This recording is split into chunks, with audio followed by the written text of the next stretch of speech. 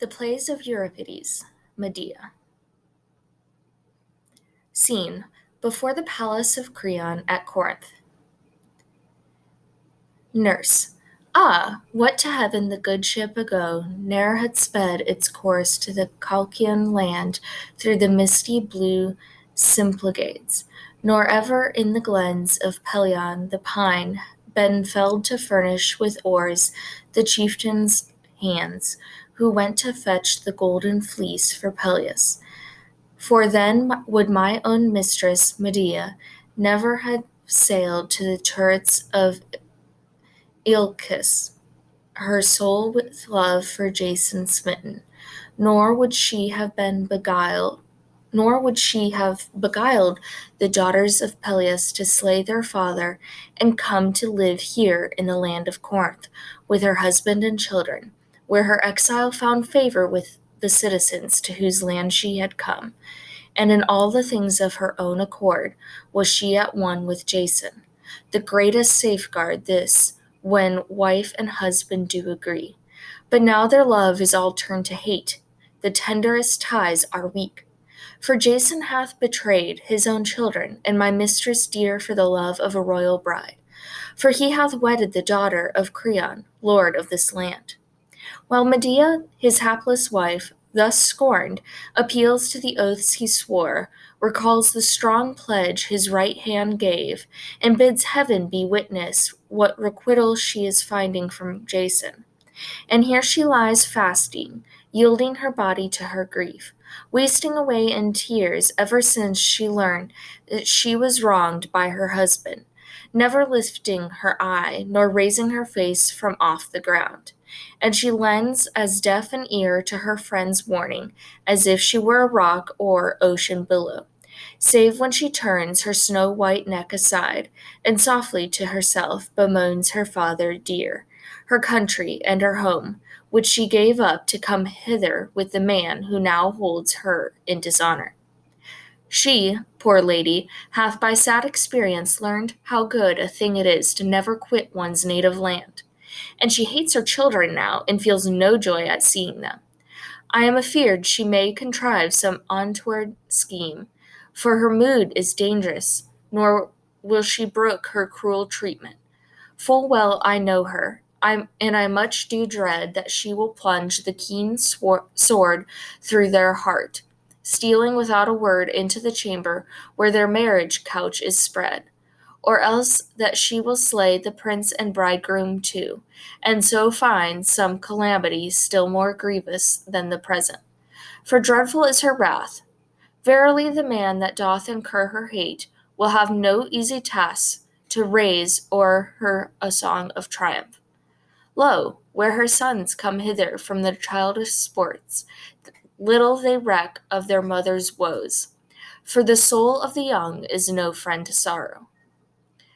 Attendant to the children. Why dost thou, so long my lady's own handmaid, stand here at the gate alone, loudly lamenting to thyself the piteous tale?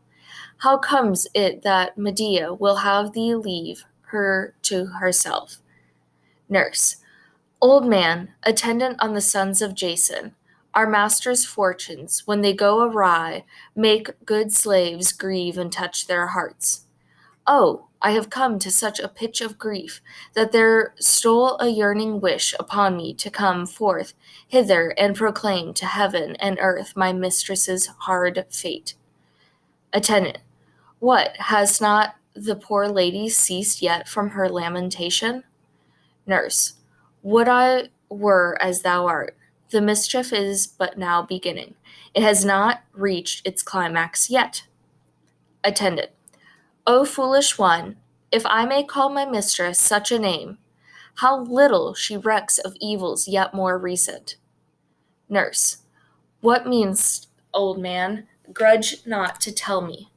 Attendant: 'Tis not. I do repent me even of the words I have spoken. Nurse: Nay, by thy beard I conjure thee, hide it not from thy fellow slave. I will be silent, if need be, on that text. Attendant: I heard one say, pretending not to listen, As I approach the place where our gray beards sit, playing draughts near Perine's sacred spring, that Creon, the ruler of this land, is bent on driving these children and their mother from the boundaries of Corinth. But I know not whether the news is to be relied upon, and would fain if it were not. Nurse. What? Will Jason brook such treatment of his sons, even though he be at variance with their mother? Attendant. Old ties give way to new. He bears no longer any love to this family. Nurse. Undone, it seems, are we, if to old woes fresh ones we add, ere we have drained the former to the dregs. Attendant. Hold thou thy peace. Say not a word of this. 'Tis no time for our mistress to learn hereof. Nurse. O children, do ye hear how your father feels toward you? Perdition catch him, but no, he is my master still. Yet is he proved a very traitor to his nearest and dearest. Attendant. And who mongst men is not? Art learning only now that every single man cares for himself more than for his neighbor, some from honest motives, others for mere gain's sake. Seeking that to indulge his passion, their father has ceased to love these children. Nurse. Go, children, within the house. All will be well. Do thou keep them as far away as may be, and bring them not near their mother in her evil hour. For ere this have I seen her eyeing them savagely, as though she were minded to do them some hurt. And well I know she will not cease from her fury till she have pounced on some victim. At least may she turn her hand against her foes, not against her friends. Medea, within. Ah me, a wretched suffering woman, I, would that I could die. Nurse. 'Tis, as I said, my dear children, wild fancies stir your mother's heart. Wild fury goads her on. Into the house without delay. Come not near her eye. Approach her not. Beware her savage mood, the fell tempest on her reckless heart. In, with what speed ye may, for 'tis plain that she will soon redouble her fury.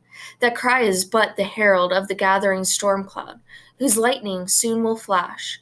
What will her proud, restless soul, in the anguish of despair, be guilty of? And the attendant exits with the children.